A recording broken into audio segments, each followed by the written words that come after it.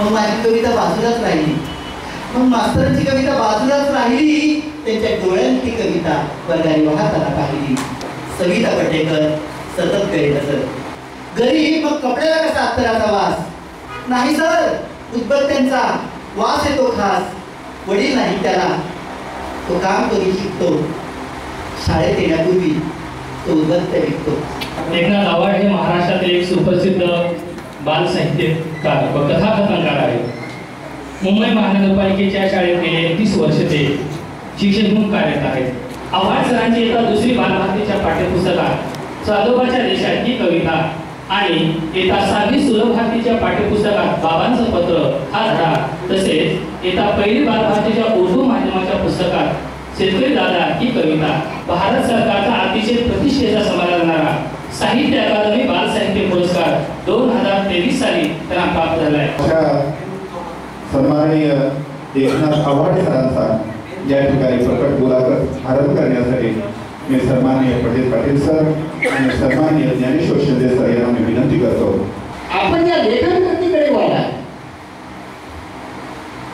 तर ते आपल्याला या लेखन कृतीकडे वळण्याचं सूत्र किंवा प्रेरणा कशी मिळाली आणि कसं सुचलं आपल्याला, कोणत्या वयामध्ये आपण हे प्रेरणा हातात घेतली, याविषयी आपण काही आमच्या रसिक श्रोत्यांना रसिक साहित्यिकांना सांगावं की आपण या विद्याकडे वळला कसे आणि कोणत्या वयात कसं सुचलं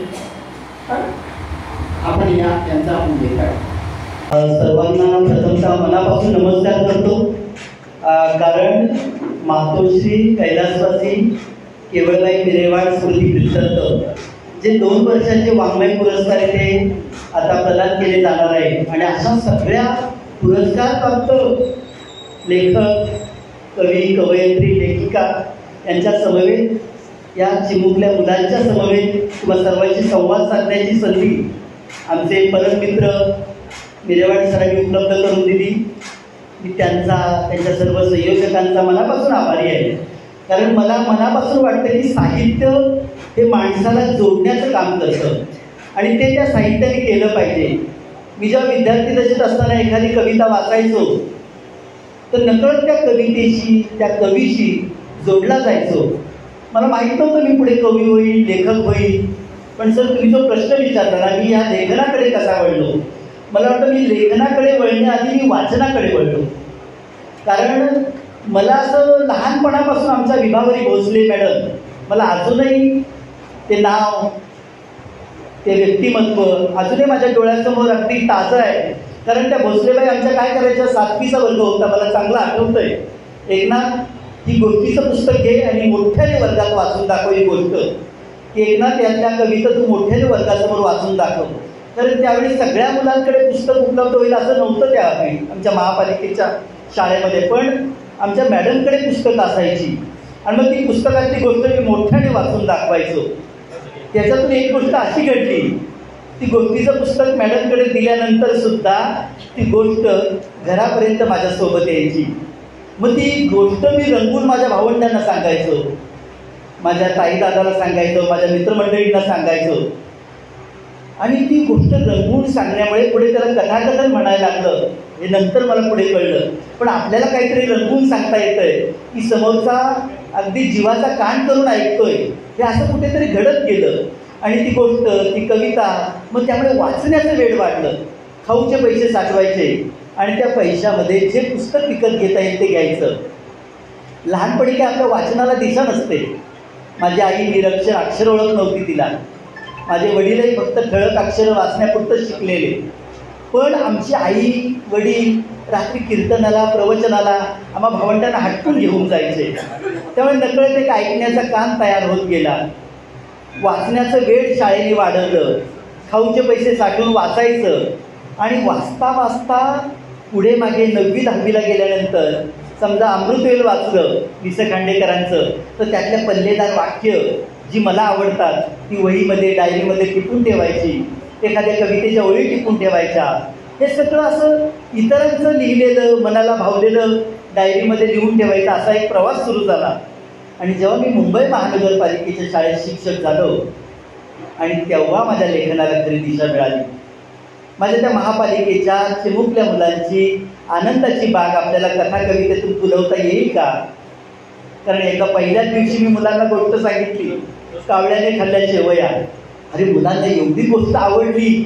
अरे मुलं म्हणाले, सर उद्या सुद्धा नवीन गोष्ट सांगा बरं का, उद्या सुद्धा नवीन कविता सांगा बरं का.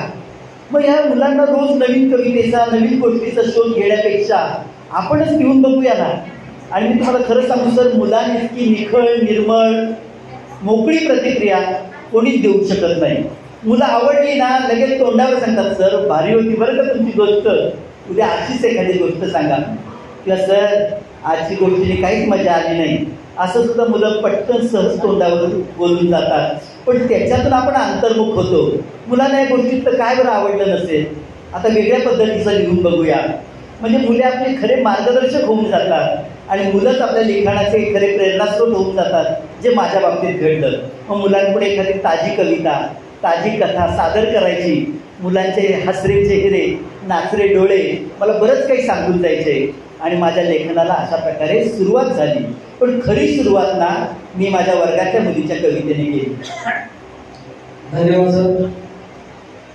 आम्हाकडे धन शब्दाची चरणे, शब्दाची शास्त्रीय ज्ञान, शब्दाची आमच्या जीवाचे जीवना, शब्द वाटतो धन जनमुखा. तुका म्हणे पहा शब्दाचे हा देव, शब्दाची गौरव पूजा करू. सज्जनो, इथे शब्दांची पूजा करणारे पुरस्कार प्राप्त सर्व मान्यवरे उपस्थित झालेले आहेत. तसेच शब्दांचा गौरव करणारे तुम्ही सर्व रसिकजण, आपल्या सगळ्यांचं मी पुन्हा एकदा स्वागत करतो. ज्ञानेश्वर शिंदे साहेब यांचे सुंदर अशा प्रकारची सुरुवात या मुलाखती करून दिलेली आहे. कृतज्ञता हा माणसाच्या काळजाचा सुगंध आहे. आपण एका अतिशय साहित्याच्या प्रती कृतज्ञ असलेल्या एका साहित्यिकाची मुलाखत या ठिकाणी घेत आहोत. मी त्या साहित्यिकाचं पुन्हा एकदा विरेवाड परिवाराच्या वतीनं स्वागत करतो. आणि सर, ज्ञानेश्वर शिंदे सरांनी विचारलेल्या प्रश्नाला जोडून माझाही एक छोटासा प्रश्न असा आहे की आपण जसं लेखनाला सुरुवात केली, कुठल्याही लेखकाचं बालपण आणि त्याच्याबद्दलची उत्सुकता सगळ्यांनाच असते, तसं तुमचं बालपण कसं होतं, ते बालपण तुमच्या लेखनाला पोषक होतं का? आणि तुम्ही जेव्हा तुमच्या बालपणामध्ये तुम्ही ज्या ज्या गोष्टी केलेल्या आहेत ते समजून घेण्याची उत्सुकता आहे, म्हणून आपण त्या अनुषंगानं आपलं मत व्यक्त करावं असं मी आपल्याला विनंती करतो.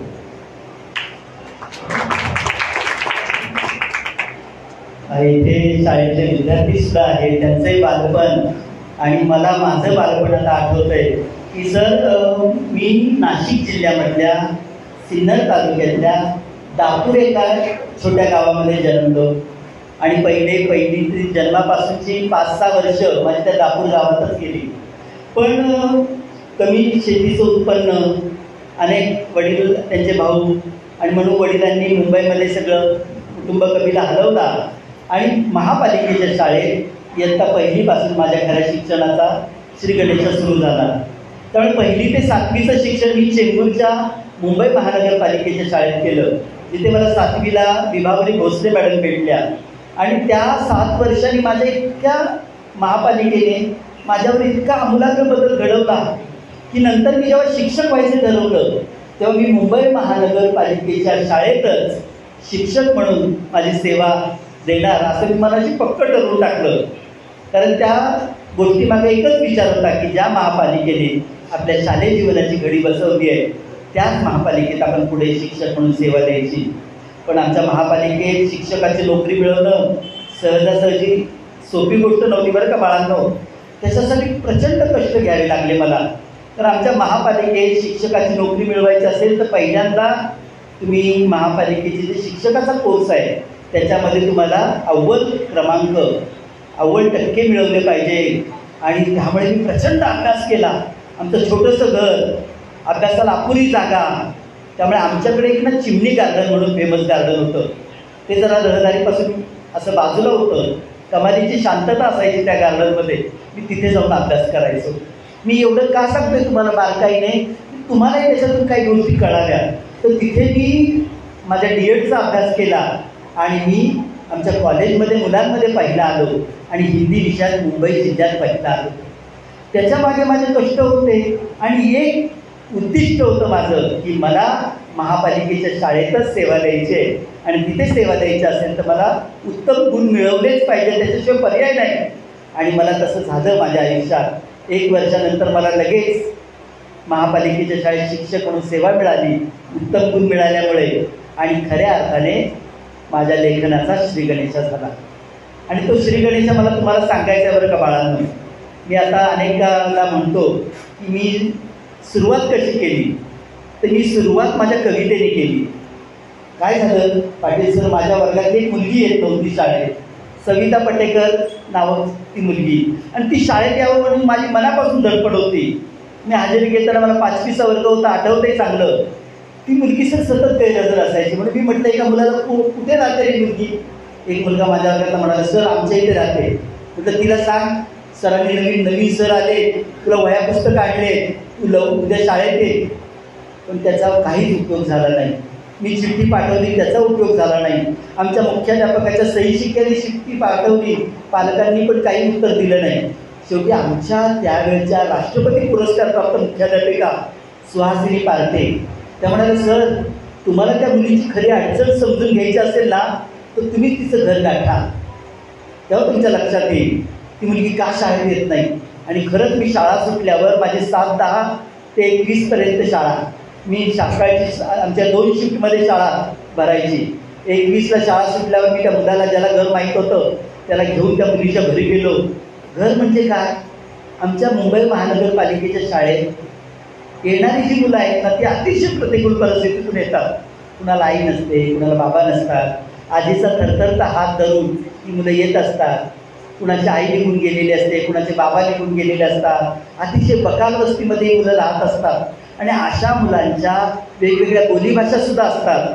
त्यांची बोलीभाषा जपत त्यांना प्रमाण भाषेकडे वळवणं, त्यांना वाचनाचा संस्कार त्यांच्यात रुजवणं आमच्या महापालिकेच्या शिक्षकांसाठी मोठं कसब आहे. पण ते चॅलेंज आम्ही सगळे आनंदाने स्वीकारतो शिक्षक. ती मुलगी त्याच पठडीतली होती. घरी गेलो तर अतिशय बकाल वातावरण, 2-3 पत्रे, जमिनीचे पोपडे निघालेले, त्याच्यावर डोक्यावर एक सिमेंटचं छप्पर आणि दरवाजा म्हणजे काय 2 उभ्या पट्ट्या, आधाराला 2 लाकडे पट्ट्या आणि कडी नव्हतीच. एक दरवाजा पुढे मागे होऊ नये म्हणून एक मोठा दगड ठेवलेला आणि 4-5 ॲल्युमिनियमची भांडी. हा केस पिंजरलेल्या अवस्थेत मला सविता दिसली. त्या मुलाने सांगितलं, सर ही सविता. म्हटलं का गं शाळेत येत नाही.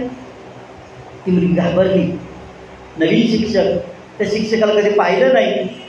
तर तो मुलगा म्हणाली, आपले नवीन शिक्षक आहे, तू शाळेत येत नाही ना म्हणून ते आले. म्हटलं कुठे आहे तुझी आई. तर ती मुलगी भीत म्हणाली, आई गेली कामाला. कधी येणार. 3च्या सुमारास.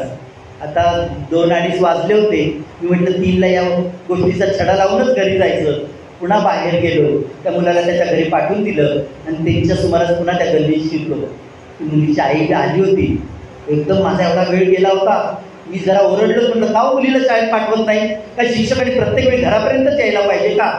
ती बाई म्हणाली, काय करू साहेब, सकाळी लवकर उठते, पोरीला उठवते, स्वयंपाक पाणी करते आणि मी कामाला निघून जाते.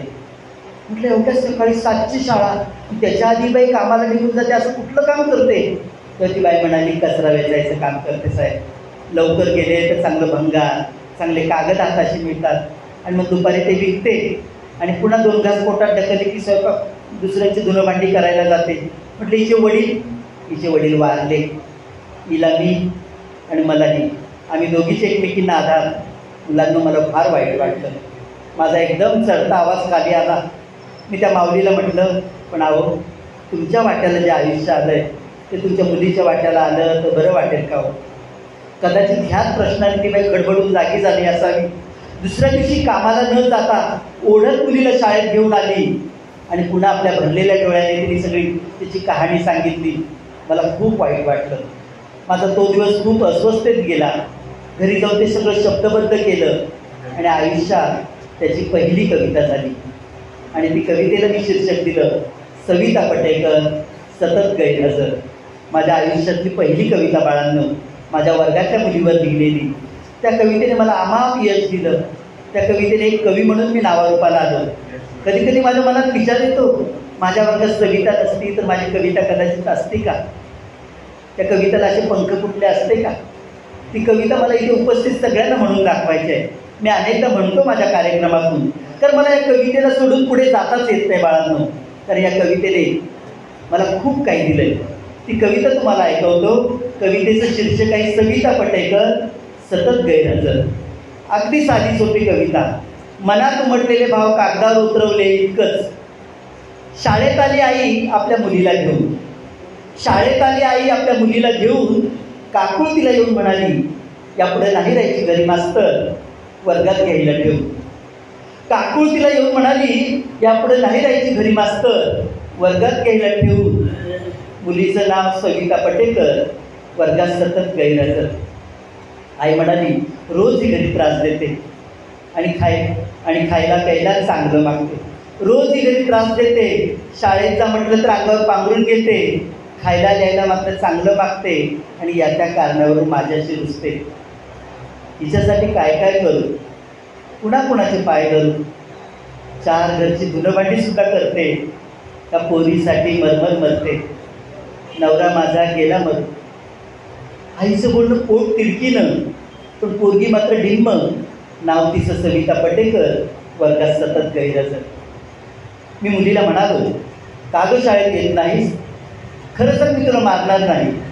मी मुलीला म्हणालो, का गं शाळेत येत नाहीस? खरं सांग मी तुला मारणार नाही. पण मुलगी काहीच बोलेना. आईला आला राग. आईनं तिच्या गालफाडात मारलं आणि मुलीने आईकडे रागानं पाहिलं. मला वाटलं इथे चुकतं कोणाचं, त्या मुलीचं की तिच्या आईचं, मास्तरांचं की त्या शिक्षण पद्धतीचं. मीही काही सनिवृत्त. सविता पटेकर, वर्गात सतत गैरहजर. मनापासून ठरवलं हिची समस्या शोधून काढावी. मनापासून ठरवलं हिची समस्या शोधून काढावी. अभ्यासाची पुस्तकं आणून तिला द्यावी. या लहानशा जीवाला आता आपण समजून घेऊ. या लहानशा जीवाला आता आपण समजून घेऊ. आपल्यातला अर्धा डब्बा रोज तिला देऊ. मनाची सारण ठरवून एक विषय घेतला. खेळ गाणी गोष्टींचा तासही आज घेतला. दुसऱ्या दिवशी वर्गात गेलो, हजेरी घेतली, नाव पुकारलं. दुसऱ्या दिवशी वर्गात गेलो, हजेरी घेतली, नाव पुकारलं, सविता पटेकर. पण मुलं म्हणाली गैरहजर. माझं मन सुन्न झालं. कालचा दिवस आठवला. बॅगेतल्या डब्याकडे लक्ष गेलं. टेबलावर तिच्यासाठी पुस्तकं होती. या पुस्तकात तिचं आता कसं शोधू उत्तर? या पुस्तकात तिचं आता कसं शोधू उत्तर? तेवढ्यात दारातून कवळे शब्द आले. सर वर्गात येऊ. दाराकडं पाहिलं तर दारात सविता उभी, शाळेच्या गणवेशात 2 घट्ट वेड्या घालून. माझं मन फुललं. वर्गातील मुलं एका सुरात म्हणाली, सर सविता हजर, सर सविता हजर, सर सविता हजर. बाळांनो, माझ्या वर्गात सविता हजर तर झाली. ही कविता मी 5वीच्या वर्गात वाचून दाखवली. मुलांना किती कळली माहिती नाही, पण मुलांना एवढं मात्र पक्कं कळलं की सरांनी सवितावर कविता लिहिली आहे. एक दिवशी हजेरी घेताना एक रमेश नावाचा मुलगा काही 2 दिवस आला नाही. म्हटलं अरे रमेश नाही आला. ते मुलगा पटकन उठून उभं राहिलं. सर त्याच्या सुद्धा सवितासारखी कविता लिहा, म्हणजे तो सुद्धा येईल शाळेत. मला वाटलं त्या मुलाची ही प्रतिक्रिया एका मोठ्या पुरस्कारावर माझ्यासाठी फार मोठी होती. मुलं किती निखळ निर्मळ प्रतिक्रिया देतात त्याचं एक मूर्तिमंत उदाहरण म्हणजे हा किस्सा होता. आणि माझा हा प्रवास कवितेचा खऱ्या अर्थानं सुरू झाला होता.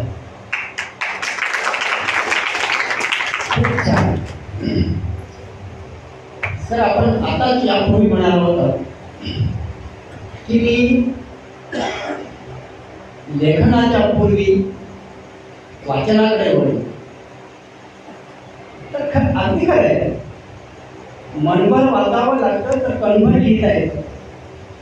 आणि म्हणून तुमच्या हातून उत्कृष्ट साहित्य निर्माण झालं आणि आज सर्व महाराष्ट्रामध्ये आपलं साहित्य आवडीनं वाचलं. मला असं म्हणायचंय की ही गोडी, ही चव आपल्याला शाळेत मिळाली.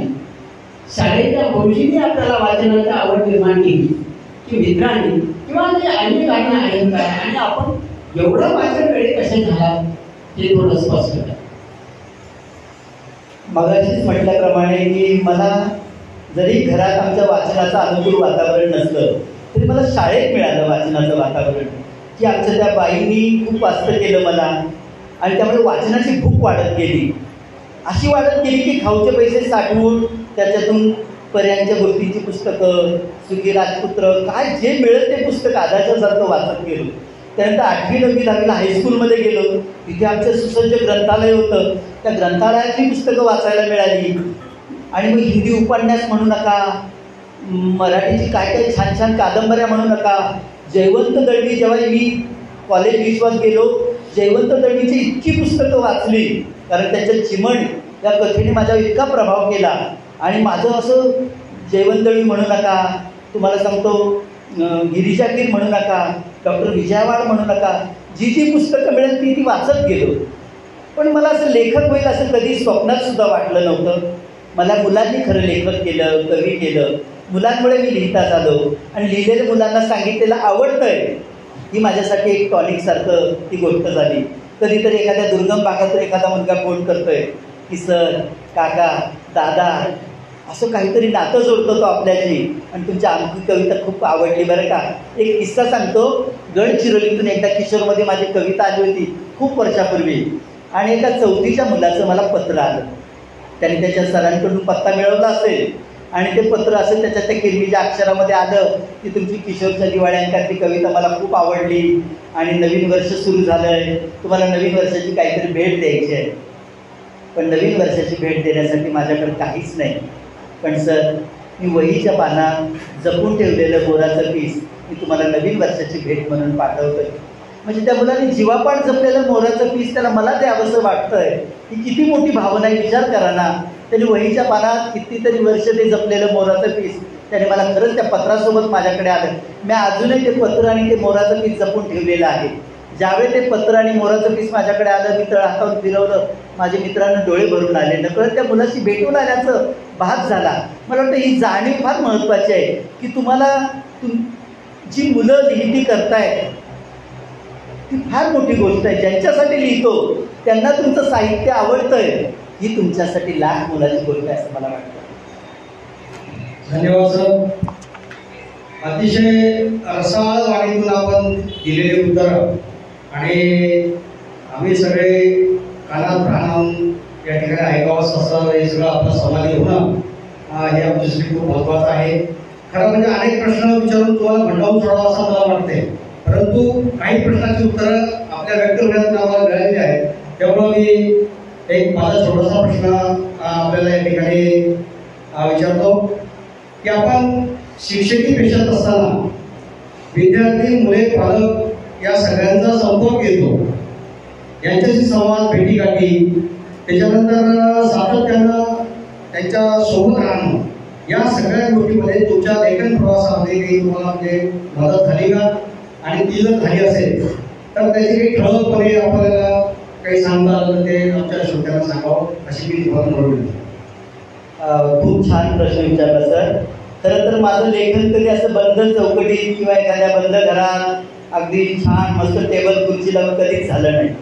मला मुलांच्या भोवतालीच प्रश्नांची उत्तरं, अनेक विषय, अनेक कथाबीज, कवितांची बीजं मिळत गेली. एकच उदाहरण म्हणून सांगतो. जून महिना सुरू झाला आणि एक विद्यार्थिनी माझ्याकडे माझ्या टेबलाच्या भोवती फिरत होती. तर मी म्हटलं काय या मुलीला काय करायचं, माझं आपलं काम चालू होतं, पहिला दिवस होता, जास्त वर्गात उपस्थिती नव्हती, म्हणून मी आपलं तिच्या हातात वही होती. शेवटी मी तिला म्हटलं काय तुला मला वही दाखवायची आहे का? हो सर. म्हटलं काय बघू दाखव. माझं काम बाजूला ठेवलं, तिची वही. काय लिहिलेस त्या वही? म्हणे सर मे महिन्याच्या सुट्टीत ना आईने मला वही दिली. म्हणजे आई कुठेतरी कामाला जात असते, त्यांच्या त्या मालकिनीने त्या आईला वही दिली असेल कोरी, ने तुझ्या मुलीला असं म्हटले असेल आणि त्या आईने त्या मुलीला ती वही दिली. एवढं छोटीशी गोष्ट आहे बघा ती. आणि पण आई काय म्हणाली ते फार महत्त्वाचं आहे. म्हणे आईने मला वही दिली आणि आई म्हणाली काय दिली या वही बघा. आणि काय बी लिहू म्हणताना त्या मुलीचे डोळे लकाटणारे मी पाहिले. आता आपण काय म्हणतो बघा मुलांना, अरे इथे बसू नको, अरे हे करू नको. ते करू नको. शेवटी ते मुलगंच त्रासून विचारतं, मग काय करू? काय सारखा अभ्यास करू? तो तरी जमायला हवा ना. आमच्या बाबांना तरी कुठे जमला? बाबा 2 वर्ष 8वीत. बरं ते जाऊ द्या, मी आता काय करू ते सांगा. म्हणजे मुलाची ही भूमिका ही मला पक्की ठाऊक होती. पण ती मुलगी काय म्हणाली? आई म्हणाली, काय लिहिली सर? मग म्हटलं, तू काय लिहिलं? काय लिहिलं असेल त्या मुलीने त्या वही? म्हणजे मी आईवर कविता लिहिली सर. बघा ती मुलगी म्हणाली, कविता? मी कविता वाचली, साधी होती कविता, पण त्या मुलीला आईवर कविता लिहायची वाटली. ही किती मोठी गोष्ट आहे. कविता जरी साधी असली तर तिची भावना खूप मोठी आहे. आणि मला कवितेला विषय मिळाला. मी परतीच्या प्रवासात शिंदे सर माझी कविता झाली. ती कविता तुम्हाला ऐकवतो कशी लिहिली असेल मी कविता. त्यात ते लिहिलं मी, आईने आणली मला वही आणि म्हणाली यात हवं ते लिही. आईने आणली मला वही आणि म्हणाली यात हवं ते लिही. मग आईवरच लिहिली एक कविता. आईवरच लिहिली एक कविता. आता वाचते ती मी येता जाता. नंतर लिहिली सशाची कहाणी, आणखीन 2 पावसाची गाणी. पुन्हाला सुटे ना अवघड गणित, मी सोडवले ना अचूक वहीत. हवेच्या दाबाचा प्रयोग सुद्धा लिहिला, ज्यात आला होता माझा नंबर पहिला. भरपूर विषय एकाच वहीत आणि सुचेल तसे बसले लिहित. आई म्हणाली अगं सारेच या. आई म्हणाली अगं सारेच या, वहीचे जणू अनेक हात. आई म्हणाली अगं सारेच या, वहीचे जणू अनेक हात. शेवटी घेतली आईची सही, शेवटी घेतली आईची सही. अहो सजून गेली माझी वही, सजून गेली माझी वही. आईच्या एका सहीने त्या मुलीची वही सजून गेली. किती नितळ आणि किती नातं वेगळं असेल मायलेकीचं. असं कुठेतरी मला स्पार्क गवसतो, त्या मुलांमधल्या बोलण्यातूनच गवसतो. माझ्या अनेक कथांचा कवितांचा जन्म मुलांमध्येच सहवासात राहून झाला आहे. पहिलीच्या मुलांच्या वर्गात गेलो सर, आणि जोडाक्षर त्यांना मी एक पुस्तक काहीतरी वाचायला दिला मजकूर, आणि जोडाक्षर आलं ना की मुलं अडखळायचं. आणि अडखळल्यानंतर मी त्याचा जेव्हा चेहरा वाचला तेव्हा त्याला आपल्याला गतिशील वाचता येत नाही, याच्याने ते खट्टू व्हायचं. कुठेतरी त्याचा आत्मविश्वास कमी व्हायचा. मग मला असं कळलं की ज्या मुलांची नुकतीच अक्षर ओळख झालेली आहे त्या मुलांना गतिशील वाचनाचा आनंद आपल्याला देण्यासाठी आपण जोडाक्षर विरहित बालकविता लिहूया. आणि मग मी तसा जन्मही झाला माझ्या बालकवितांचा. पुढून पाठ मागून सपाट, बाबांनी आणलं लोखंडी कपाट. कपाटाला खण आहेत खूप, खणात पैसे बसतात चूक. पैशांचं कपाट घमेंडी भारी, उघडायला गेलं की कुरकुर करी, उघडायला गेलं की कुरकुर करी. इतक्या सोप्या नादमधून कविता. किंवा झाडा रे झाडा डोल रे डोल, फळासारखे तुझे गोड गोड बोल. झाडाला आली सुगंधी फुले, फुलांनी बांधले झाडावर झुले. पानाने धरला तालावर ताल, झाडाने घातला पायात चाळ. झाडाची फुले उतरली खाली, सुगंधी झाली जमीन झाली, सुगंधी झाली. अशा कविता, जोडाक्षर विरहित कविता पहिलीच्या वर्गात मी वाटल्या. त्या कविता मुलांच्या पाठ झाल्या. पाठच काय, मुलं त्याच्यावर अभिनय करायला लागले. सगळ्या वर्गाला त्या कविता इतक्या तोंडपाठ झाल्या. आणि तो मुलांचा कविता म्हणणारा उत्साह वर्गात ओसंडून व्हायचा. एक गंमत तुम्हाला सांगतो, त्यातली एक शेतकरी दादा नावाची कविता आहे. शेतकरी दादा काय करतो, तर शेतकरी दादा शेती पिकवतो.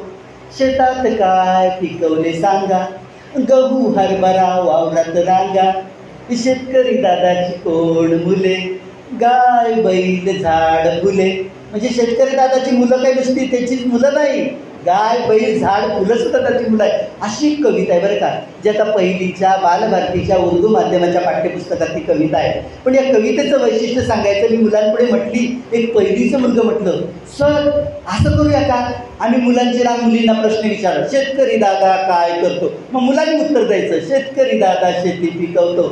मुलांनी प्रश्न विचारायचा, शेतात काय पिकवले सांगा. मग आम्ही उत्तर देणार, गहू हरभरा वावरात रांगा. मला लिहिताना हे माहीत नव्हतं की हा प्रश्न उत्तरांचा खेळ या कवितेत जमून आलेला आहे. पण त्याची मुकल्या मुलांनी तो शोधून काढला आणि वर्गात प्रश्नोत्तराचा त्या कवितेत खेळ सुरू झाला. म्हणजे मुलं तुमच्या इतक्या आयडिया भन्नाट सुचवतात. माझ्या मुलीला ही पुढून पाठ मागून सपाट कविता म्हणून दाखवली ना, तर ही कविता अशी नव्हती. त्यात होतं पुढून पाठ मागून सपाट, बाबांनी आणलं गोदरेजचं कपाट. माझी ती दुसरी तिसरीतली मुलगी म्हणाली, बाबा गोदरेजचं कपाट त्या कपाटाला खण आहे, खूप खणात पैसे बसतात, पैशांचं कपाट घमेंडी बारीने उघडायला गेले की कुरकुर करी. बाबा गोदरेजचं कपाट कुरकुर करतं, ते गोदरेजवाले तुम्हाला ओरडतील. माझ्या दुसरी तिसरीतल्या मुलीने सांगितलं आणि मी ते गोदरेज कपाट काढून लोखंडी कपाट केलं. म्हणजे मुलं तुमच्या ज्ञानात, तुमच्या साहित्यात खूप मोठी मोलाची भर घालत असतात. त्यामुळे हे सगळं साहित्य माझं जे निर्माण झालंय ना, ते बंद चौकटीत राहून नाही झालं सर. मुलांनीच काहीतरी सुचवलंय आणि मुलांनाच मी ते परत केलेलं आहे.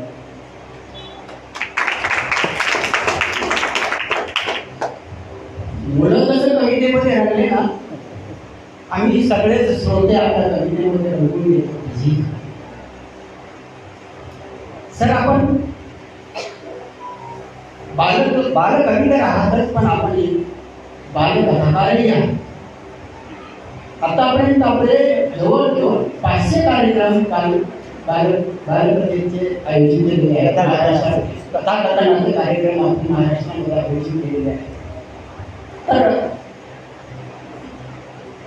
हे कथाकथनाचा कार्यक्रम कोणत्या उद्देशाने आपण घेतला, किंवा आपल्याला लेकरासाठी काय साध्य करायचं होतं आणि ही प्रेरणा आपल्याला कोणाकडून आली, कशी मिळाली, त्याविषयी.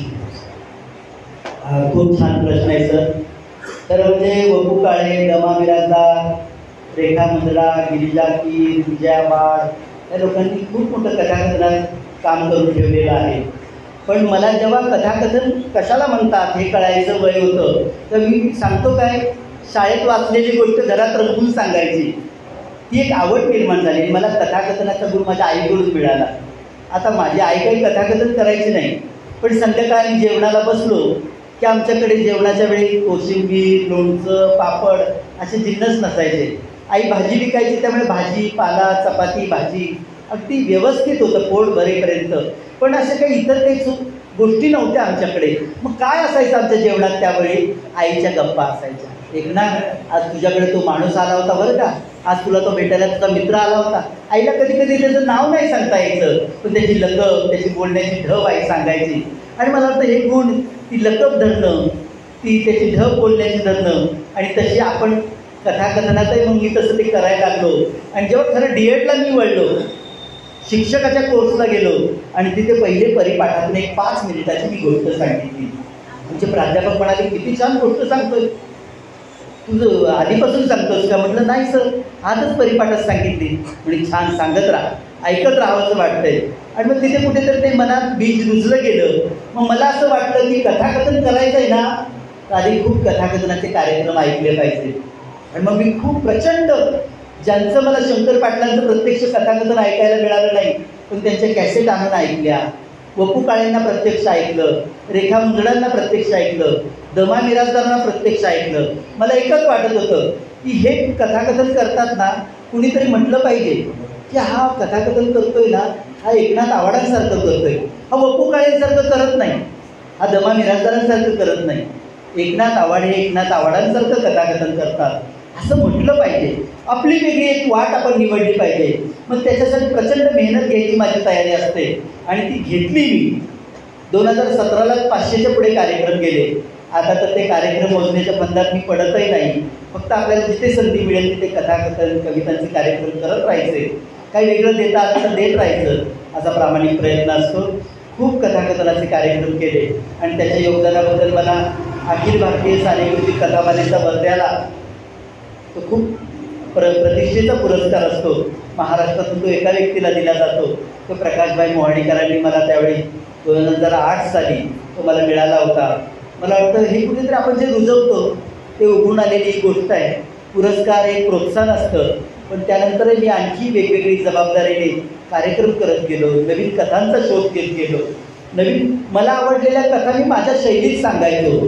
मग मी एकदा मुकुंद टाकसाळेंना फोनवर संभाषण त्यांच्याशी साधलं, सर मला तुमच्या कथा, विरोधी कथा खूप आवडतात, मी माझ्या शैलीत तर सांगू का? काहीतरी चांगलं होतं तर त्यांनी मोठ्या मनाने मला परवानगी दिली. मग त्यांच्या कथाकथनांचा कार्यक्रम करायचो की मग मुकुंद टाकसाळेंच्या कथा आणि माझं कथाकथन, अशा पद्धतीचा कार्यक्रम, माझ्या कथांचा कार्यक्रम. आणि कथाकथनात सगळ्यात महत्त्वाचं काय आहे सर, मी पहिलीच्या मुलांना जशी गोष्ट सांगतो तशी मी 5वीच्या मुलांना सांगू शकत नाही. मी 5वीच्या मुलांना जशी गोष्ट सांगतो तशी मी 10वीच्या मुलांना सांगू शकत नाही, आणि जशी 10वीच्या मुलांना गोष्ट सांगतो तशी मी शिक्षकाला सांगू शकत नाही. ते सगळे ठोकताळीना मला ते सगळे अभ्यासातून, माझ्या कामातून, वेगवेगळे कार्यक्रम सादर करताना प्रत्येक गोष्ट शिकवत गेली, त्याच्यातून आले. त्यामुळे कधी मला झोपेतून उठवलं की या मुलांना गोष्ट सांगायची आहे. मला ज्यावेळी कार्यक्रम येतो की कथाकथनाचा कार्यक्रम आहे, कोणत्या गोष्टी सांगायच्या तुम्ही, तर मी सांगतो की मी तिथे आल्यावर ठरवतो. मी काय असं ठरवत नाही, मी 5 गोष्टी तयार करून आलो त्या गोष्टी मी सांगणार. म्हणजे तिथे इंग्रजी माध्यमाची मुलं बसवलेली असली हे लक्षात आलं माझ्या, मी अतिशय सोप्या पद्धतीने त्यांना कोणत्या गोष्टी सांगता येईल त्या गोष्टी माझ्या मनात तोपर्यंत माझा परिचय प्रास्ताविक होईपर्यंत तयार होतं, आणि मग त्या गोष्टी मी तिथे सांगतो. अनेकदा ऐनवेळी मी गोष्टी बदलतो. तिथे अनेकदा वेगळीच मुलं इयत्तेची बसवलेली असतात, त्या मुलांसाठी गोष्ट हे तुम्हाला भान असलं पाहिजे. मला खेडेगावात गोष्ट सांगायला बोलवलं तर तिथे वेगळ्या गोष्टी सांगायच्या, शहरात बोलवलं तर तिथल्या वेगळी गोष्टी असतात. कारण त्या परिसरातल्या मुलांचं भावविश्व, ते प्रादेशिक विश्व ते वेगवेगळं असतं याचं भान. त्यामुळे कथाकथनाचं तंत्र आणि मंत्र ही कार्यशाळा आपण घ्यावी असंही मनात आलं, आणि त्या अनेक D.Ed. B.Edच्या मुलांसाठी मी त्या कार्यशाळा घेत गेलो. सर, मराठी साहित्यातले अनेक सन्मान, अनेक पुरस्कार आपल्याला मिळालेले आहेत. त्याचबरोबर तुम्ही अखिल भारतीय साहित्य संमेलनामध्ये अनेकदा सहभागी झाला. त्याचबरोबर तुमच्यावर काही जबाबदारी सुद्धा त्यांनी सोपवलेली आहे. आता आणि पुढच्याही संमेलनामध्ये काही जबाबदाऱ्या आपल्यावर आहेत. तर त्या साहित्य संमेलन आणि ग्रामीण साहित्यात लिहिणारी माणसं, त्याच्यानंतर साहित्याचा हा खटाटोप करणारी ही सगळी माणसं, या अनुषंगानं आपण व्यक्त व्हावं. कारण साहित्य संमेलन, अखिल भारतीय साहित्य संमेलन आणि ग्रामीण भागातले असे उपक्रम, यामध्ये आपल्याला काय सांगता येईल, त्याची काय उपयोगिता आहे साहित्यासाठी, खऱ्या अर्थानं साहित्य कुठं निर्माण होतं या संदर्भात आपण व्यक्त व्हावं. साहित्य संमेलनं अनेकदा त्याला उत्सवी रूप असलं तरी ती व्हायला हवीत असं मला वाटतं. कारण त्याच्यामुळे आपल्या अनेक लेखकांच्या, कवींच्या, प्रकाशकांच्या गाठी भेटी होत आहेत. मला इथे आदरणीय दत्त डांगे सर आहेत की ते अनेकदा पदरमोड करून अनेक त्यांनी साहित्य संमेलनं महाराष्ट्रभर भरवलेली आहेत.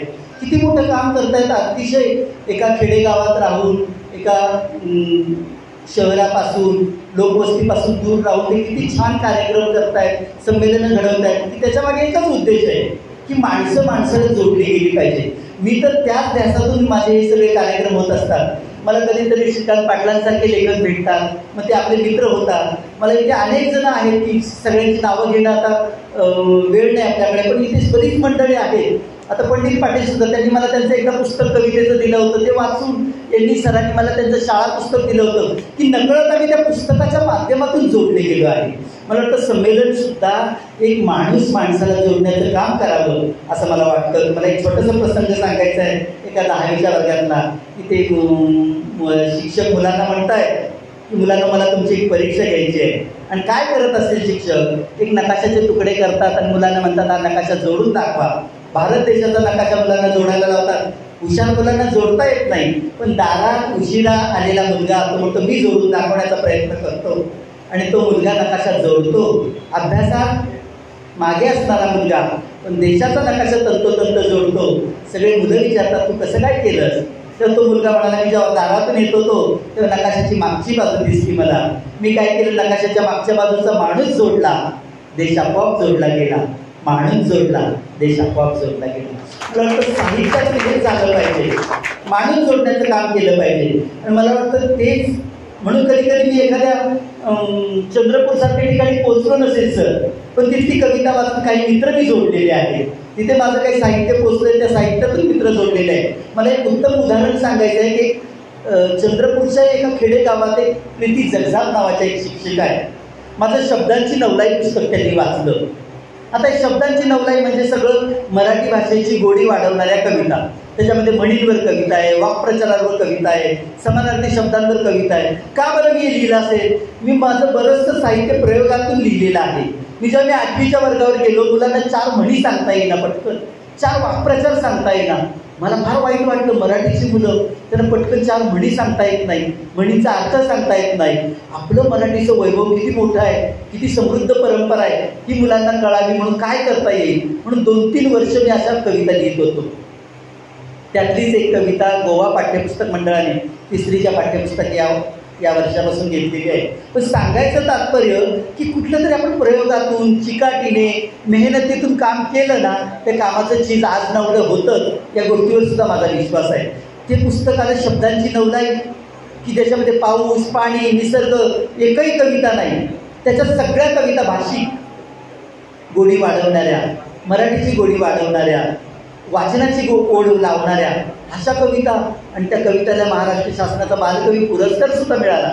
पण त्याही पलीकडे जाऊन ते कवितेचं पुस्तक अनेक शिक्षकांनी, अनेक पालकांनी आवर्जून घेतलं आणि त्याच्या काही महिन्यात त्याच्या 1000 प्रती संपल्या. मला वाटतं आपण कष्टाने कुठली तरी गोष्ट उभी केली ना तर त्याला उत्तम प्रतिसाद मिळतो, या गोष्टीवर माझा विश्वास आहे. आणि मला वाटतं ह्या संमेलनातून, ह्या साहित्यातून आपलं पुस्तक, आपलं साहित्य पोचण्यासाठी एक मार्गसुद्धा उपलब्ध होतो. अनेक साहित्यिक भेटले जातात. मी कदाचित गडचिरोलीला जाऊ शकत नाही, पण गडचिरोलीतला एखादा लेखक त्या संमेलनात येऊ शकतो, मी तिथे पोचू शकतो आणि संमेलनात आमच्या गाठीभेटी होऊ शकतात. एवढंच काय आमच्या पुस्तकांचं आदान प्रदान होऊ शकतं. आता आपल्याला व्यासपीठ मिळतं नाही मिळत, बऱ्याचदा माझ्यावर जबाबदारी येते. आता दिल्लीचं जे अखिल भारतीय साहित्य संमेलन होतं, ऐनवेळी आमच्या संमेलनाच्या महामंडळाचे अध्यक्ष उषा तांबे मॅडम म्हणाले आव्हाडचं ऐनवेळी ह्या संमेलनाचं, कवी संमेलनाचं सत्राची जबाबदारी जे कोणी घेणार होते ते नाही आले का या कारणामुळे, तुम्ही ही जबाबदारी पार पाडा. आता एकदा जबाबदारी हो म्हटलं की आपण अगदी निष्ठेने, मग ते फार आपला किती वेळ गेला, किती श्रम लागले तरी मागे बघायचं नाही. आणि ते कवी संमेलन माझ्या पद्धतीने मी यशस्वी करून दाखवलं. म्हणजे सूत्रसंचालक म्हणून उभा करायचा होता, पाहुण्यांचे सत्कार करायचे होते, कवींचे सत्कार करायचे होते. काही कवींना ते कवी संमेलन आदल्या दिवशी होतं, ते दुसऱ्या दिवशी ढकललं गेलं, त्यामुळे दुसऱ्या दिवशी लोकांच्या गाड्या होत्या, मग कुणाला लवकर जायचं होतं, हे सगळं तारतम्य बाळगणं, त्या कवीची ज्याला गाडी लवकर आहे त्याच्या आधी घेणं, हे सगळ्या गोष्टी त्याच्यामध्ये येतात. त्याच्या आधी मला वर्ध्याचं हे होतं, वर्धेने अंमळनेरला जर संमेलन होतं, त्या बालकट्ट्याची जबाबदारी माझ्यावर होती. पण त्याच्यासाठी प्रचंड कष्ट घेतले. 2-3 वेळा मी अंमळनेरला गेलो. मुलांनी संपन्न केलेला तो बालमेळावा होता. तिथे आम्ही मुलांच्या, आपण जसं म्हणतो कृतीसत्र, कार्यशाळा त्या घेऊन ती मुलं तयार केली होती आम्ही. आणि मुलांनीच ते 2 दिवसाचा तो बालक विभाग मस्त संपन्न केला होता. तर मला वाटतं ही संमेलनं व्हायला पाहिजे. संमेलनाला उत्सवाचं स्वरूप आलेलं असलं तरी संमेलनातून काही चांगल्या गोष्टीसुद्धा घडतात. प्रकाशक आपल्याला नवे नवे भेटतात, नवीन पुस्तकं आपल्याला पाहायला चालायला मिळतात. त्यामुळे माझं तरी मत आहे हे संमेलन व्हायला पाहिजे. आणि संमेलनाला आपण एक मराठी वाचक, मराठी सारस्वताची भूमिका घेऊन आपण त्या संमेलनाला आपल्या यथाशक्तीप्रमाणे हजेरी सुद्धा लावली पाहिजे. सर, मला आपल्याला आणखी एक प्रश्न आवर्जून विचारावासा वाटतो. साहित्य क्षेत्रातील योगदानाबद्दल आपल्याला अनेक पुरस्कार मिळाले. तसा मातोश्री कैलासवासी केवळबाई पुरस्कारही आपल्याला मिळाला. तो छंदनी आनंद या कविता संग्रहाला मिळाला. आणि विशेष म्हणजे त्याच पुस्तकाला आपल्याला साहित्य अकादमीचा पुरस्कारही मिळाला. तर या घटनेमध्ये आपण कोणत्या नजरेने पाहाल, आपला काय विचार आहे या बाबतीमध्ये व्यक्त व्हावा? याच्यातून एक तुमच्या गोष्ट लक्षात आली असेल की मातोश्री कैलासवासी केवळबाई मिरेवाड हे पुरस्कार अगदी ताऊन सुलापून त्या पुस्तकाचं अगदी झाडाझडती घेऊन अतिशय उत्कृष्ट पुस्तक निवडलं जातं. कारण त्याच पुस्तकाला मला अकादमी सुद्धा मिळाला. हा खूप सुंदर योगायोग आहे. कारण जिथे मी पहिला पुरस्कार इथे घेतला आणि त्यालाच अकादमी मिळाला, आणि अकादमी मिळाल्यामुळे माझी इथे मुलाखत होती किती पृथ्वी गोल आहे आणि हे कसं वर्तुळ आता पूर्ण झाल्यासारखं वाटतंय, याचा मला खरंच मनापासून आनंद आहे. मिरेवाड एक उत्तम साहित्यिक तर आहेतच, पण उत्तम समीक्षक सुद्धा आहे. हे कधी मी आता इथे या व्यासपीठावर आलोय म्हणून वीरभद्र मिरेवाडांचं गुणगान करणं हे बाजूलाच आहे, पण महत्त्वाचं आहे की त्रयस्थपणे मी त्यांच्या कामाकडे जेव्हा पाहतो, मित्रत्व तर त्या एक माझातला लेखक म्हणून बाजूला ठेवून एक माणूस म्हणून त्यांच्याकडे पाहतो, त्यांचं साहित्य जेव्हा वाचतो तर एक उत्तम लेखक आहे, उत्तम समीक्षक आहे. आणि मला वाटतं ही पुरस्काराची योजना सतत त्यांनी सुरू ठेवावी. अनेक उत्तम लेखक, उत्तम कवी याच्यातून आपल्याला भेटतील आणि त्यांना एकदा शुभेच्छा, त्यांना एक प्रोत्साहन. हे जे बक्षीस आहे ते मिळाल्यानंतर आणखी ते ऊर्जादायी असतं ते बक्षीस, कारण मी त्याच्यातून गेलेलो आहे. अतिशय ऊर्जादायी असतं आणि सगळ्यात महत्त्वाची आणखी जबाबदारी वाढवणारं असतं. आणखी काय नवीन देता येईल, आणखी काय चांगलं देता येईल अशी माझी भावना आहे. सर, अतिशय सुंदर संयोजन आणि आपलं सुंदर व्यक्त होणं ही मुलाखत किती वेळ चालूच राहावी असं वाटत आहे, परंतु आपल्याला काही वेळेचंही काही थोडंसं बंधन आहे. त्यामुळे मी माझा एक शेवटचा प्रश्न आपल्याला विचारतो की आपण एक यशस्वी साहित्यिक म्हणून महाराष्ट्रावर संचार करतात, तर आम्ही जाणून घेऊ इच्छितो की गोदाई या काव्य संग्रहाविषयी आणि सुप्रसिद्ध लेखिका विजया वाघ यांच्याविषयी, म्हणजे आपलं जे आयुष्यातील स्थान आहे, त्यांचं जे भावनिक नातं आहे, त्या संदर्भात व्यक्त व्हावं, म्हणजे आम्हाला सर्व श्रोत्यांना याचा आनंद मिळेल आणि मी आपल्याला अशी नम्र विनंती करतो. तर मी एकदा तरुण भारतमध्ये माझं एक सदर सुरू होतं बोध कवितांचा. मी काय करायचो, एक गोष्टच कवितेत गुंफायचो. उदाहरणच द्यायचं झालं तर एक 2 विळ्यांची एक कविता आहे माझी. गावच्या एका घरात 2 विळे होते. गावच्या एका घरात 2 विळे होते, त्यांचे वागणे मात्र बरेच वेगळे होते. एक विळा कोपऱ्यात बसून गंजून गेला होता, दुसरा विळा काम करून लखलख करीत होता. गंजलेला विळा एकदा लखलख त्या विळाला म्हणाला, गंजलेला विळा एकदा लखलख त्या विळाला म्हणाला, तू एवढं काम करतोस पण जाणीव आहे का मालकाला? धार लावण्यासाठी तुला दगडावर तो घासतो आणि सदन कदा कामामध्ये वापरत तुला असतो. अरे मी बघ कसा अगदी आरामात बसून राहील, मी बघ कधी असा आरामात बसून राहील, तुझ्यासारखे कष्ट मुळीच मला नाही. आता लखलखता विळा गंजलेल्या विळाला म्हणाला, आता लखलखता विळा गंजलेल्या विळाला म्हणाला, अरे जीवन सार्थ करायचं तर उपयोगी पडावे जनाला. मी माझ्या कामाने लोकांच्या लक्षात राहील, मी माझ्या कामाने लोकांच्या लक्षात राहील, नुसते गंजून पडण्यापेक्षा चांगले करून जाईल, नुसते गंजून पडण्यापेक्षा चांगले करून जाईल. अशा कविता खूप लिहिल्या सर. एक गाढव आणि उंट याच्या संवादातून फुलवलेली एक चिमुकली कविता. एकदा एक उंट वाटेने निमूटपणे चालला, एक गाढव त्याला शिव्या देऊन बोलला, पण उंटाने त्याकडे लक्ष नाही दिले. उंटाने त्याकडे लक्ष नाही दिले, आपली वाट शांतपणे पुढे चालत राहिले. हे पाहून गाढवाने त्या उंटाला विचारले, मी शिव्या देत असता तू का नाही हटकले? उंट म्हणाला, ज्याला आपले उद्दिष्ट असते गाठायचे, गाढवांच्या बडबडीकडे त्याने लक्ष नसते द्यायचे, गाढवांच्या बडबडीकडे त्याने लक्ष नसते. अशा कविता की ज्या बोधाईमध्ये लिहिलेल्या कविता. आणि असं पुस्तकात 1 वर्षाचं मला सदर 2 वर्ष चालवायला मिळालं, कारण 1 वर्षानंतर संपादक म्हणाले ठीक आहे आता दुसरं सदर सुरू करूया. पण वाचकांनी इतके पत्र पाठवले की आम्हाला हे सदर खूप उपयोगी पडतं. परिपाठातून या कविता आम्ही वाचून दाखवतो. शिक्षक मंडळी म्हणाले, काही ज्येष्ठ पालक म्हणाले आम्ही आमच्या नातवांना मुलांना वाचून दाखवतो. अरे मला ते 2 वर्ष चालवायला मिळालं. आता लोकसत्तेच्या ज्या लोकरंगच्या ज्या संपादक आहेत लता दाभोळकर आणि राजेश दाभोळकर, पत्रकार पुण्यनगरीचे ज्येष्ठ पत्रकार आहेत, ह्या दोघांनी मिळून त्याचं बोधाई पुस्तक काढायचं ठरवलं. आणि लता दाभोळकरांनीच मला ते सदर चालवायची संधी दिली मुंबई तरुण भारतमध्ये. एवढ्या कविता आल्या. मग मी ठरवलं की या कवितांचं पुस्तक आपण करूया. राजेश दाभोळकर पुढे आले, लता दाभोळकर पुढे आले, पुस्तक काढायची तर याला प्रस्तावना हवी. म्हणून म्हटलं ज्या व्यक्ती आयुष्यभर त्या लेखिका राहिल्या आणि मुलांच्या सहवासात राहिल्या त्यांची आपण प्रस्तावना घ्यावी. आणि त्यावेळी डॉक्टर विजया वाघ या विश्वकोश निर्मिती मंडळाच्या अध्यक्ष. आता ते इतक्या बिझी, तर एका मित्राकडून त्यांचा फोन नंबर मिळवला आणि त्यांना बाळ पाठवलं फोन करून. त्याआधी हो म्हणाले, पण त्यांच्याकडे कामाचा व्याप वाढला. 8 दिवसांनी त्यांचा फोन आला, एकनाथ तुला दुसऱ्या कुठल्या तरी कवीची लेखकाची मी प्रस्तावना मिळवून देते, त्याला सांगते की एकनाथचा प्रस्तावना द्या, पण अरे मला वेळ नाही दे.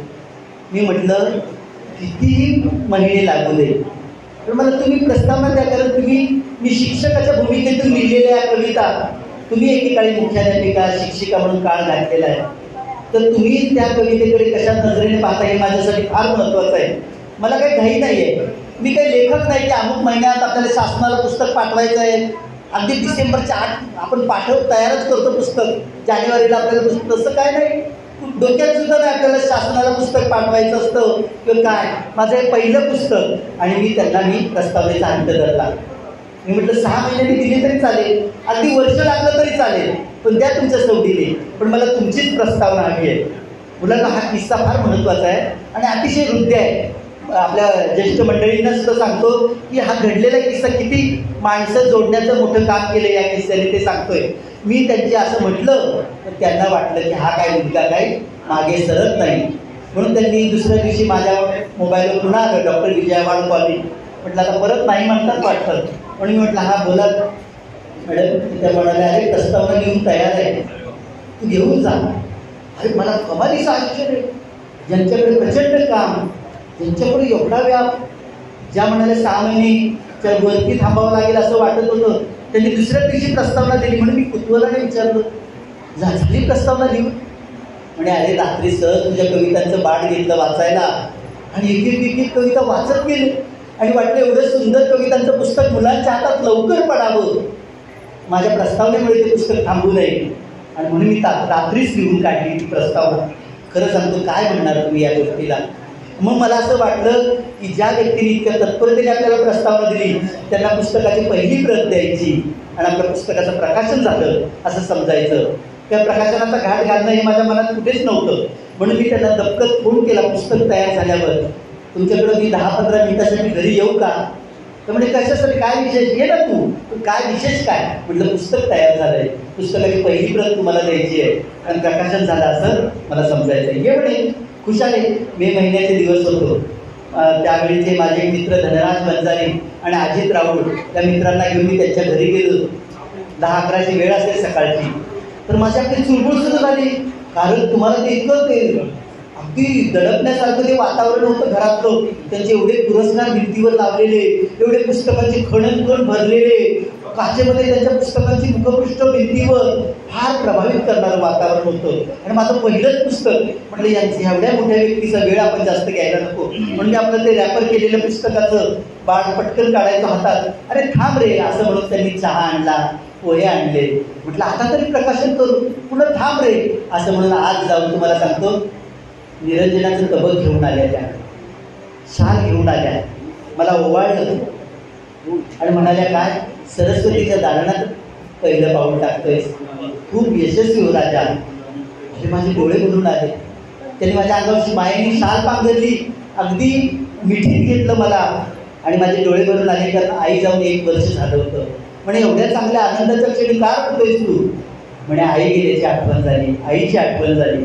म्हणे आईवरून पाहत आहे, तू नको वाईट वाटून घेऊस, आणि आजपासून आई नाही असं म्हणत होतो, मावशी म्हणून मी सदैव तुझ्यासोबत आहे. आणि त्या घटनेला 30-32 वर्ष झाले मित्रांनो, अजूनही विजयवाड माझ्यासोबत आहे. आजही कालच त्यांचा मेसेज आला, इतकं आमचं हृदय नातं आहे, रक्ताचं नाही पण त्याहून पलीकडचं असं नातं आहे की त्यांनी मला खरंच मावशीसारखं माझ्या सुखदुःखात माझ्या घरी आल्या, मी त्यांच्या घरी गेलो. निशिगंधा वाड एवढी सुप्रसिद्ध अभिनेत्री, पण माझा फोन आला तरी तिला त्या शूटिंगमुळे उचलता आला नाही, तरी नंतर फोन करणार, हा एकनाथ दादा काय म्हणतो. इतकं काय कशामुळे जोडलं गेलं मी त्यांच्या नात्याचा ना गोत्याचा, पण कवितेमुळे मी ह्या जोडला गेलो, माझ्या बोधाईमुळे जोडला गेलो. बोधाईच्या 1 महिन्यात 1000 प्रती संपल्या, बोधाईच्या 1 महिन्यात 1000 प्रती संपल्या. मला लेखक म्हणून माझी ओळख नव्हती, पण शिक्षक मित्रांनी ते पुस्तक इतकं उचललं आणि पुन्हा दुसऱ्या प्रती काढाव्या लागल्या. असं एक सुंदर आठवण माझ्या या पुस्तकाची, पहिल्या पुस्तकाची माझ्यासोबत आहे. सर, आपल्या कथा कविता एकावेळी सगळं साहित्य प्रयोगशील आहे,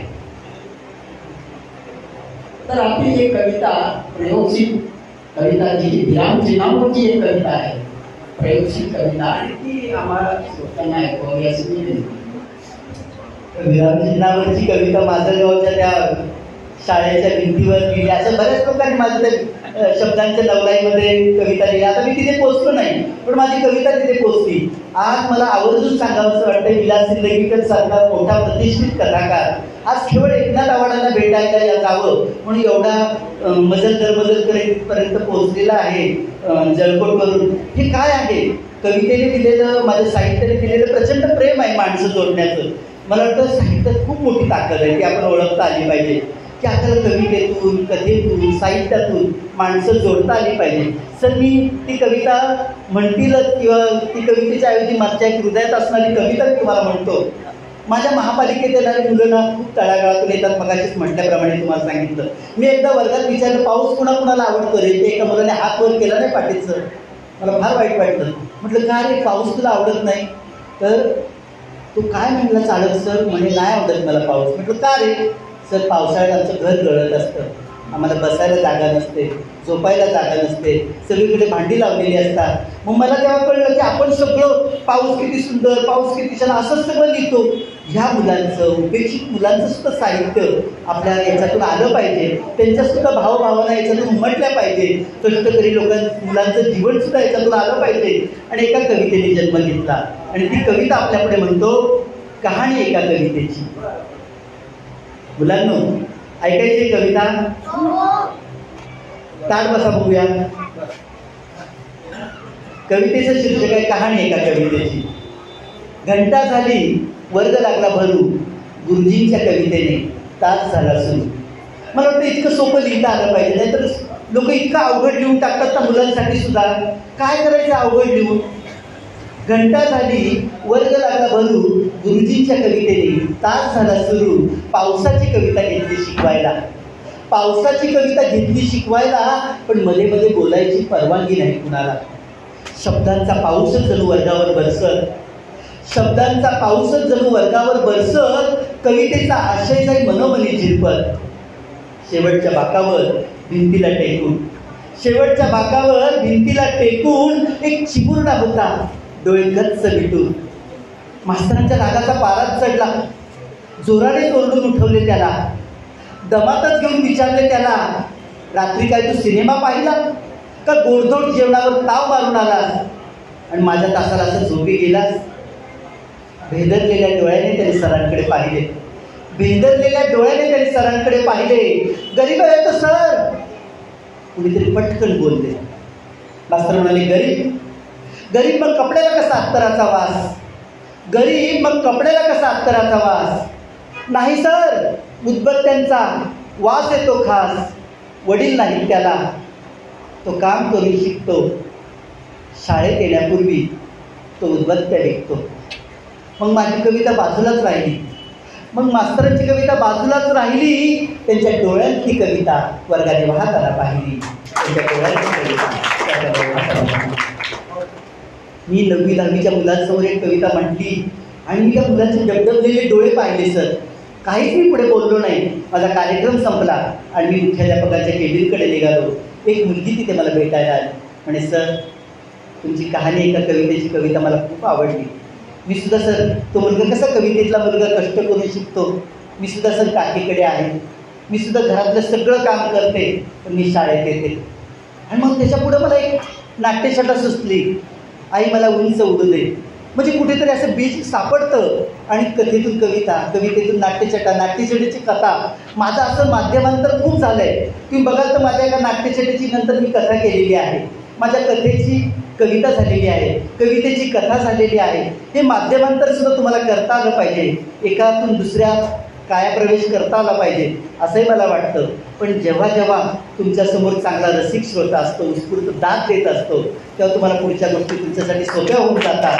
जसा आजचा हा सोहळा तुम्हा सगळ्या मित्रांमुळे खूप सोपा होऊन गेला आहे, माझ्यासाठी खूप आनंददायी होऊन गेला आहे. मी मिरेवाड सरांचं, त्या आयोजकांचं मनापासून आभार मानतो की या मुलाखतीच्या माध्यमातून शिंदे सरांसारखं एक ज्येष्ठ व्यक्तिमत्व, पंडित पाटलांसारखं ज्येष्ठ व्यक्तिमत्व. सकाळी मी 5ला उतरलो नांदेड स्टेशनवर आणि तिथे आदरणीय पंडित पाटील म्हणा किंवा आपले डांगे सर मला न्यायला तिथे आले आणि तिथून मला ते घेऊन आले. राजू हा अतिशय आघाडीचा चित्रकार, राजू कुपलवाड आघाडीचा चित्रकार, तो माझ्यासोबत आतापर्यंत राहिला हे प्रेम हे सगळं साहित्याने दिलेलं मला आहे. आणि या साहित्याने दिलेल्या प्रेमात तुम्ही खूप श्रीमंत आहे मंडळी. मी जाता जाता एवढंच शेवटचं सांगतो. आपण आता हा काबूलच्या सत्राकडे वळणार आहोत. एका चित्रकाराच्या चित्रांचं प्रदर्शन भरलेलं होतं आणि प्रदर्शन पाहायला अनेक मुलं आणि तुमच्यासारखी साहित्यिक मंडळी आले होते. एका साहित्यिकाने त्या चित्रकाराला प्रश्न केला, खूप सुंदर आहे तुमची चित्रकला, पण त्याहून सुंदर काय आहे माहिती आहे का? त्या चित्रामध्ये तुम्ही साधलेली रंगसंगती. तुम्ही त्या चित्रामध्ये कुठल्या रंगात असा कुठला रंग मिसळता की एक वेगळाच मनाला आकर्षित करून घेणारा स्वाभाविकपणे एक वेगळा रंग तयार होतो. तो चित्रकार तो फार छान म्हणाला मी असं ठरवत नाही हो, अमुक रंगात अमुक रंग मिसळावा. मी कोणत्याही रंगात कोणताही रंग मिसळतो, पण त्या रंगात माझा अंतरंग मिसळतो. कारण कोणतेही चित्र बाह्य रंगामुळे कधीच सुंदर होत नाही. मी आतापर्यंत जे जे काही साहित्य लिहिलंय त्या साहित्यात माझा अंतरंग मिसळत गेलो आणि तुमच्यापुढे ठेवत गेलो. तुम्ही आनंदाने ते स्वीकारलं, उत्स्फूर्तपणे दाद दिली. तुमचे मी मनापासून आभार मानतो आणि थांबतो. धन्यवाद. सर, शेवटचा प्रश्न आहे. कधी कधी आपल्या कथेत कविता असते आणि कवितेत कथा असते. हे अतिशय गोड आणि एक अजब आहे. तर हे एक जादुई तंत्र आहे. तर हे जादुई तंत्र आपल्याला कसं जमलं याविषयी आपण व्यक्त करू. काय सर, आपल्याला जसं पाण्यात पडलं की पोहता येतं तसं मुलांसमोर असले की एका कथेतून कविता कशी, आता तेच तंत्र गवसत केलं हळूहळू. मला ते एकदम गवसत नाही, तुमच्या प्रयत्नपूर्वक ते गवसत गेलं. मी तुम्हाला सांगतो की मी प्रयोगशील लिहिलं मुलांसाठी. आता सर शब्दांची नवलाई असेल, बोधाईमध्ये गोष्टच कवितेत गुंफलेली आहे. हे कसं काय झालं? जेव्हा पंडित पाटीलनी मुलांना कथांचं पुस्तकं दिलं, त्यांना मोठ्या मोठ्या कथा वाचायला आवडत नाही असं लक्षात आलं. मोठी मोठी पुस्तकं मुलांना अगदी भीती घालतात असंच लक्षात आलं सुरुवातीला. मग असं मुलांना एक पानाची गोष्ट वाचायची असेल, ती तालबद्ध असेल म्हणून मी ताल कथा लिहायला सुरुवात केली. एक छोटीशी कथा कवितेत गुंफायची आणि ती तालबद्धपणे मुलांपुढे आणायची. अरे उत्स्फूर्त प्रतिसाद मिळाला. रोज पालक मुलांना ते एक पानभराची गोष्ट कवितेत गुंफलेली वाचून दाखवायची. आणि मग ते असं कसं काय धडपडत ती आपली वाट सुरू झाली आणि वाचकांचा उत्स्फूर्त प्रतिसाद मिळत गेला आणि माझं ते पुस्तक, माझं ते साहित्य आकाराला आलं.